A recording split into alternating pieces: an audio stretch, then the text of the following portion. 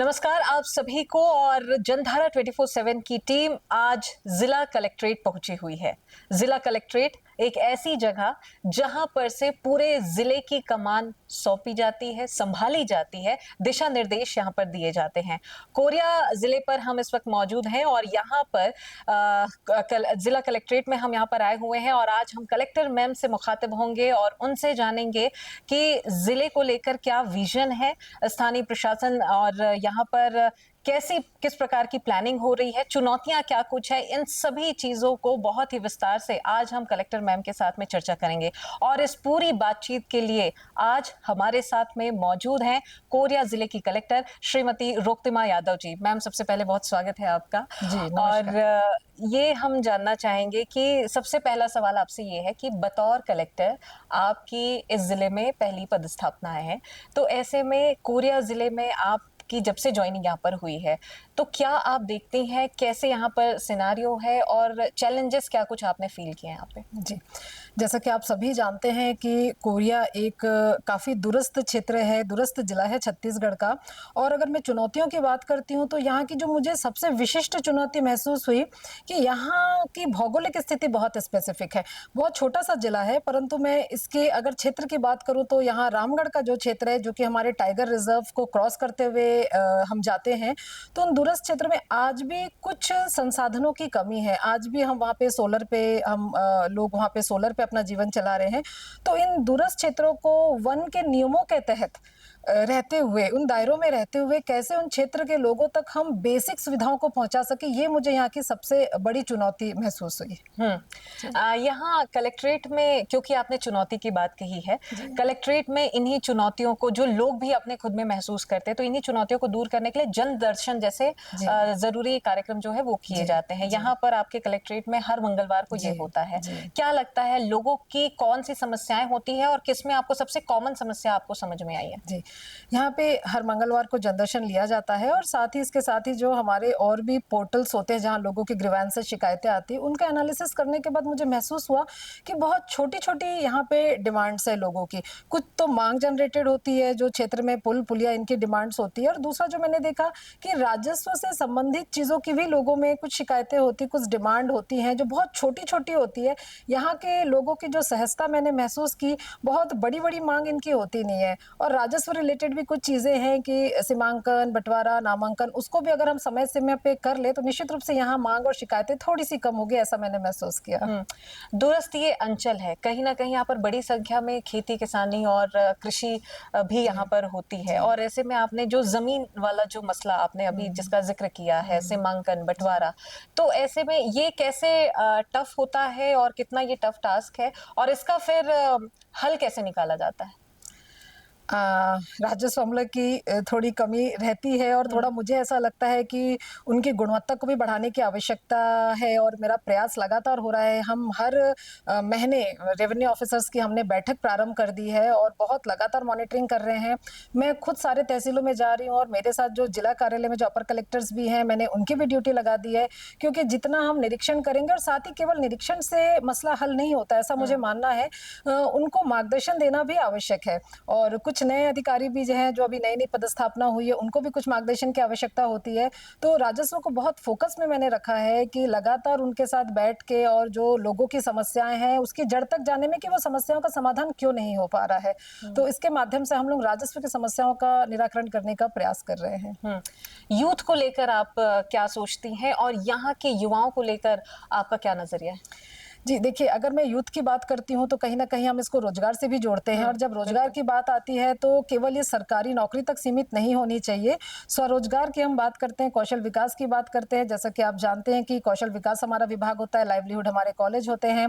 जब यहाँ आने के बाद मैंने इस विभाग की समीक्षा की तो मुझे ऐसा महसूस हुआ कि इसमें और अधिक बेहतर काम किया जा सकता है। तो लाइवलीहुड कॉलेज को मैंने फोकस किया है। साथ ही यहाँ पे जो हमारे जितने भी जो शासकीय और प्राइवेट कॉलेजेस हैं, उनके बच्चों को मैंने फोकस किया है। ये मेरा निर्देश अधिकारी अधिकारियों को है कि आप प्रिंसिपल से समय लेके वहाँ पे जाइए और यूथ की काउंसलिंग कीजिए। साथ ही जैसे आप जानती हैं कि अग्निवीर जैसी परीक्षाएं भी समय-समय पर होती हैं, तो उनको भी फोकस करने का मैं प्रयास कर रही हूँ। जैसा कि आदिवासी अंचल है और आदिवासी बच्चों में हमारी बहुत पोटेंशियल होती है, चाहे मैं शारीरिक की बात करूँ और ग्रामीण क्षेत्रों में भी मैंने ये महसूस किया है कि बच्चों में बहुत अधिक गुणवत्ता है, पर केवल उनको एक सोर्स देके सामने लाने की ज़रूरत है। तो मेरा ये प्रयास हो रहा है कौशल विकास विभाग और जो उच्च शिक्षा विभाग है, उनको समन्वय में लेते हुए यहाँ के जो यूथ हैं, उनको हम आगे बढ़ाएँ। युवाओं की बात तो हमने की है, लेकिन बेसिक शिक्षा की अगर बात करें जी। तो यहाँ पर क्यों? क्योंकि हर बार यही बात आती है, दूरस्थ इलाका है, जी, आदिवासी जी, अंचल है, जी, शिक्षा को लेकर कितनी जागरूकता है जी। और क्या कुछ काम किए जाने की जी। जरूरत मुझे बताते हुए बहुत खुशी होती है यदि मैं शिक्षा विभाग की बात करूं और मैंने जो यहाँ पे समीक्षा की है तो यहाँ का जो रिजल्ट है वो 99% है और साथ ही केवल उत्तीर्णता का प्रतिशत मैं 99 ना बोलूं, अगर मैं देखूं कि फर्स्ट डिवीजन सेकंड डिवीजन तो काफी अधिक 80% से अधिक बच्चे हमारे यहाँ फर्स्ट डिवीजन ला रहे हैं। तो यहाँ शिक्षा में बहुत अच्छा काम पिछले समय में हुआ है। परंतु जब भी मैं शिक्षा की बात करती हूँ और मुझे ऐसा लगता है कि किसी भी देश का विकास, जिले का विकास का जो सबसे नींव होता है वो हमारी शिक्षा होती है। यदि शिक्षा को हम गुणवत्तापूर्ण रखें तो निश्चित रूप से डेवलपमेंट स्वतः फुर्त होता है। तो मैं शिक्षा को 2-3 भागों में बांट के देखना चाहती हूँ। सबसे पहले तो हमारे टीचर्स की बात आ जाती है और टीचर्स की मैं पद रिक्तता की भी बात करूँ तो हमारे जिले में काफी अच्छी संख्या में पदस्थापना है। तो वो मैं नहीं कहना चाहूंगी कि टीचर्स की कमी है यहाँ पे, परंतु टीचर्स की समय पे उपस्थिति हो, उपस्थित तो हो रहे हैं परंतु अगर वो गुणवत्तापूर्व नहीं पढ़ा रहे तो भी उनकी उपस्थिति से कोई मायने नहीं निकलता है। तो गुणवत्तापूर्ण शिक्षा हो और मेरा ऐसा मानना है कि बच्चों को केवल अगर मैं चार दीवारी में रोक रही हूँ तो उससे भी उनके व्यक्तित्व का विकास नहीं होता। तो शिक्षा को मैं इस तरीके से देखती हूँ कि शिक्षा के साथ साथ उनमें नेतृत्व क्षमता का विकास हो, उनके व्यक्तित्व का विकास हो। तो कुछ पहल करने की भी हमने यहाँ पे कोशिश की है, जैसे कि न्योता भोज का कार्यक्रम शासन की एक बहुत महती योजना है। उसी के तहत हमने ये प्रयास शुरू किया है कि जो बच्चे टॉप करते हैं उनका भी एक जो टॉपर बच्चों का जो बर्थडे होता है उस दिन हम स्कूल में उसको सेलिब्रेट करें। बहुत छोटा सा सेलिब्रेशन हो जिससे कि न केवल वो बच्चा प्रोत्साहित हो और दूसरे बच्चे भी इसको देख के प्रोत्साहित हो कि अगली बार हमें यहाँ पे आना है। साथ ही एक पहल हमने शुरुआत की है कि हर महीने 15 बच्चों को हम कलेक्टर के साथ सीधे अनौपचारिक संवाद करने का मौका देंगे और साथ ही हमारे साथ हम किसी के स्पेशल गेस्ट को भी बुलाएंगे जो किसी भी विधा से हो सकते हैं, ताकि बच्चे उनके साथ मुखर होकर अनौपचारिक संवाद कर सके, उनके सपनों को हम जान सके, उनकी अपेक्षाएं क्या है जिला प्रशासन से हम जान सके। तो मेरा ये प्रयास है कि शिक्षा के साथ साथ चौतरफा उनका विकास हो और इसी दृष्टि से हम कोरिया जिले की शिक्षा की गुणवत्ता को और अधिक बढ़ा सकते हैं। तो बच्चों के सर्वांगीण विकास के लिए लगातार आप यहाँ पर काम कर रही हैं, आपके मार्गदर्शन में सारी चीजें यहाँ पर हो रही हैं।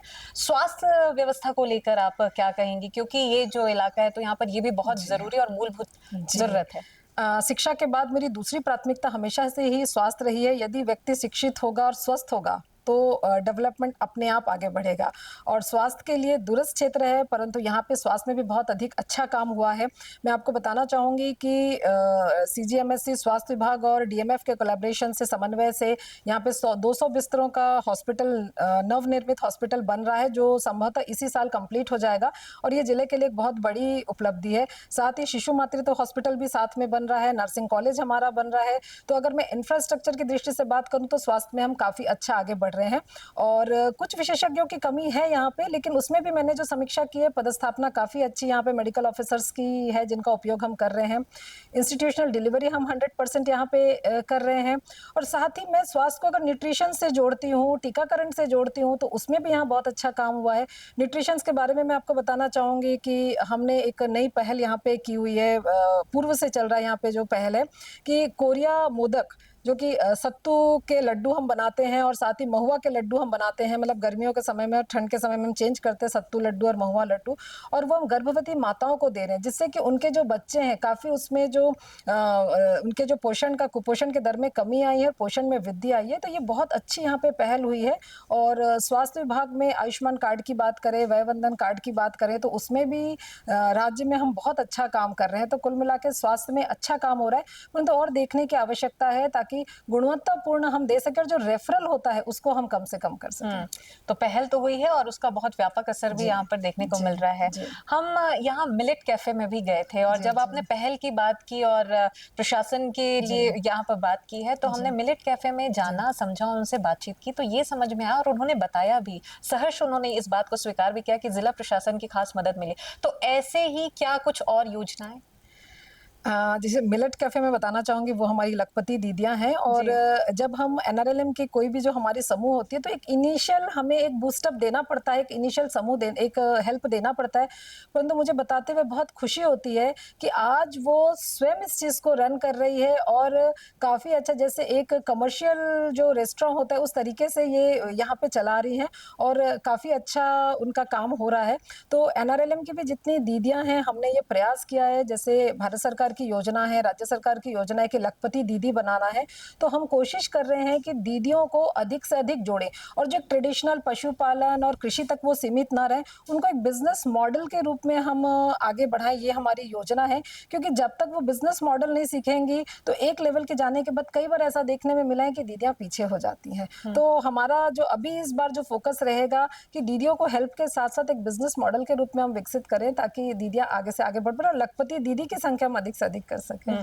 जिला प्रशासन लगातार इस बात के लिए प्रतिबद्ध है कि वो ज्यादा से ज्यादा अच्छी और नई पहल कर सके जिससे जिले का विकास हो। जी।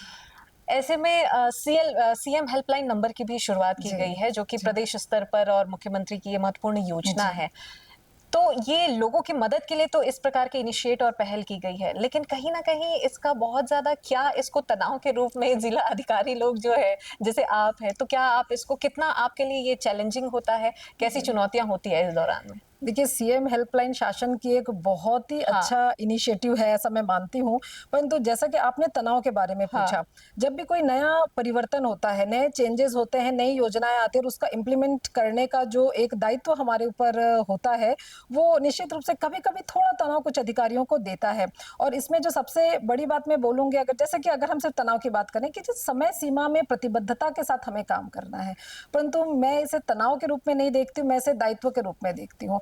और कोई भी न्याय, कोई भी चीज अगर हम समय सीमा में नहीं कर रहे हैं, तो उसका असर कभी ना कभी हमें खत्म होता हुआ दिखता है। तो चूंकि शुरुआती दौर है, तो कुछ प्रेशर महसूस होता होगा कुछ अधिकारियों को, पर मैं इसका लगातार समीक्षा, जो हमारी समय सीमा की बैठक हर मंगलवार को होती है, तो उसमें बिल्कुल हम शुरुआत ही करते हैं, ताकि लोगों की ये आदत में आ जाए कि डेली ऑफिस आते समय हमें सीएम हेल्पलाइन देखना है, वहां पे जो निराकरण, जो समस्याएं, जो मांग आई हुई है, उसका यथासंभव उचित निराकरण, गुणवत्तापूर्ण निराकरण करके हमें समय सीमा के अंदर उसका निराकरण करना। और बताते हुए बहुत खुशी होती है कि लगभग 1000 के आसपास अभी तक हमारे पास मांग और शिकायतें आई हुई हैं और हम लगभग समय सीमा में चल रहे हैं। केवल कुछ ही हैं जो इसमें लेवल्स होते हैं, L1 L2, मैं खुद L2 हूँ। अगर मेरे अधिकारी समय सीमा में इसका निराकरण नहीं करते हैं, तो वो एप्लीकेशंस मेरे पास आ जाते हैं और मैं इसका फायदा देख रही हूँ कि मैं भी बहुत पर्सनली चीजों को देख रही हूँ और लगातार मैं निर्देश दे रही हूँ कि कोशिश करें कि जो 7 दिन 15 दिन की जो समय सीमा शासन ने निर्धारित की है,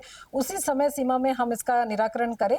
और मुझे ऐसा लग रहा है कि अब धीरे धीरे तनाव खत्म हो रहा है और लोग इसमें बहुत अच्छी तरीके से काम कर रहे हैं। पॉजिटिव रिजल्ट भी जी जी, देखने को मिल बिल्कुल रहा है। बिल्कुल बिल्कुल। जी, अभी हाल ही में मुख्यमंत्री जी के द्वारा में सुशासन तिहार भी चलाया जी। गया है, जिसमें जी। अलग अलग जिले पे वो जाते थे। तो ऐसे में आपके जिले की क्या कुछ और कैसी स्थिति रही है, क्योंकि जी। जब कोई शिकायतें लोग लेकर पहुंचे हैं, तो जी। उसके निराकरण के लिए तत्काल अधिकारियों को निर्देश भी जी। दिए गए हैं। जी। कितना उन समस्याओं का समाधान किस स्तर पर जी। कैसे हो पाया?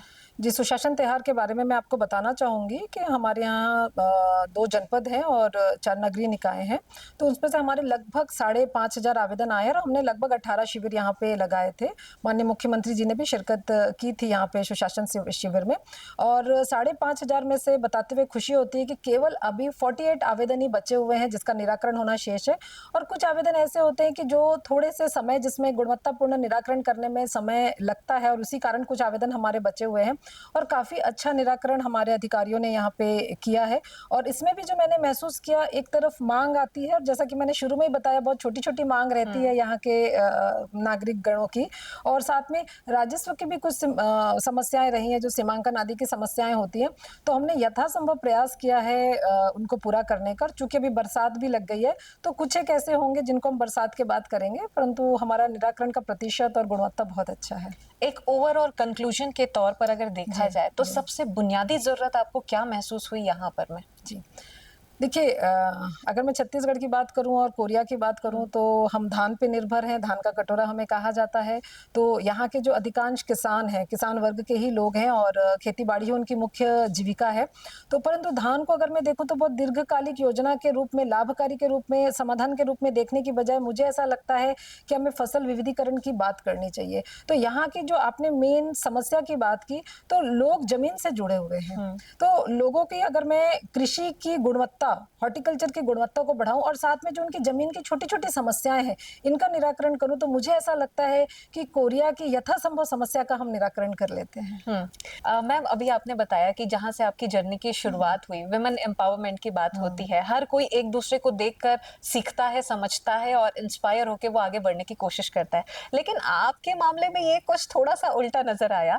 आपके घर में सारे डॉक्टर्स हैं, जैसे कि अभी जी। आपने बताया, लेकिन एक डॉक्टर्स वाले बैकग्राउंड से, उस डॉक्टर वाली फैमिली से आगे बढ़कर आपने आईएएस बनने का कैसे सोच लिया? क्या आपको कभी नहीं लगा कि आपको भी डॉक्टर बन जाना जी, चाहिए? जी।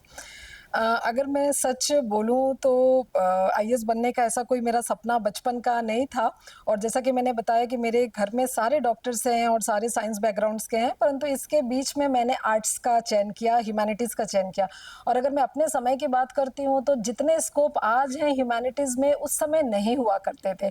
और चूँकि मैं ह्यूमैनिटीज़ सेक्शन से थी और मेरे पास डॉक्टर बनने का कोई ऑप्शन नहीं था, तो फिर मुझे लगा कि मुझे इस क्षेत्र में तैयारी करनी चाहिए और मैं बिलासपुर से हूँ, तो उस समय बिलासपुर में बहुत माहौल हुआ करता था, प्रशासनिक सेवा का बहुत माहौल हुआ करता था और मैंने बस उसकी तैयारी 12th के बाद से मैंने सीधे उसकी तैयारी शुरू की और पहले उसमें मेरा राज्य प्रशासनिक सेवा में मेरा चयन हुआ। तो फर्स्ट अटेम्प्ट में ही आपने क्लियर जी, कर जी, लिया? बिल्कुल, बिल्कुल फर्स्ट अटेम्प्ट पे मैंने चयन किया और मैं आपको बताना चाहूँगी कि मैं राज्य प्रशासनिक सेवा में डिप्टी कलेक्टर के साथ-साथ डिप्टी एसपी में भी मेरा चयन हुआ था और राजस्थान की परीक्षा में भी मैंने क्लियर किया, मध्य प्रदेश भी क्लियर किया, परंतु अंतिम रूप से चूँकि मेरा यहाँ चयन हो गया था, तो वहाँ के इंटरव्यूज़ मैंने छोड़ दिए, तो प्रथम उसमें मेरा चयन हुआ। तो मुझे ऐसा लगता है कि जिस इनिशिएटिव की आप बात कर रही थी जी। अभी कुछ देर पहले, कि कुछ बच्चों की टीम जी, आप बुलाएंगी और जी। फिर आप जो रोल मॉडल्स होते हैं, जी, जो जी। लोग होते हैं, तो सबसे पहले तो वो मीटिंग आपके साथ ही होनी चाहिए। जी, जी। जी, बिल्कुल। देखिए, मैं तो होस्ट हूँ। जी। मैंने उसको इस तरीके से डिज़ाइन किया है कि बच्चों को केवल करियर गाइडेंस ना हाँ, मिले, बच्चों हाँ। को सर्वांगीण विकास मिले। तो एक हम गेस्ट बुलाएँगे, मतलब जी, मैं तो होस्ट हूँ उसकी बिल्कुल। और हमारे साथ एक गेस्ट होंगे जो किसी भी जगह से होंगे, तो हाँ। बच्चों को बहुत सारी चीज़ें एक मीटिंग में सीखने को मिलेगा और उनके सपनों को एक नई उड़ान मिलेगी। आपने जिस तरह से उस सारे एग्जाम्स को क्लियर किया और फर्स्ट अटेम्प्ट में ही आपको सक्सेस मिली है, जी, जो यूथ अभी इस वक्त हमारे इस वीडियो के थ्रू जी, हमारे साथ में जुड़े हुए हैं, जी, क्या मैसेज आप उनको देना चाहेंगी, वो जी, सारे लोग जो कॉम्पिटिटिव एग्जाम की जी। तैयारी कर रहे हैं? मैं सारे यूथ को, चाहे वो कॉम्पिटिटिव एग्जाम की तैयारी कर रहे हो या अपने रोजगार को कोई एक दिशा देना चाहते हो, मैं बोलूंगी कि एक मूल मंत्र है कंसिस्टेंसी। आपको सतत रूप से काम करना है और बीच बीच में असफलता भी आपको मिलेगी, परंतु उस असफलता से डरना नहीं है।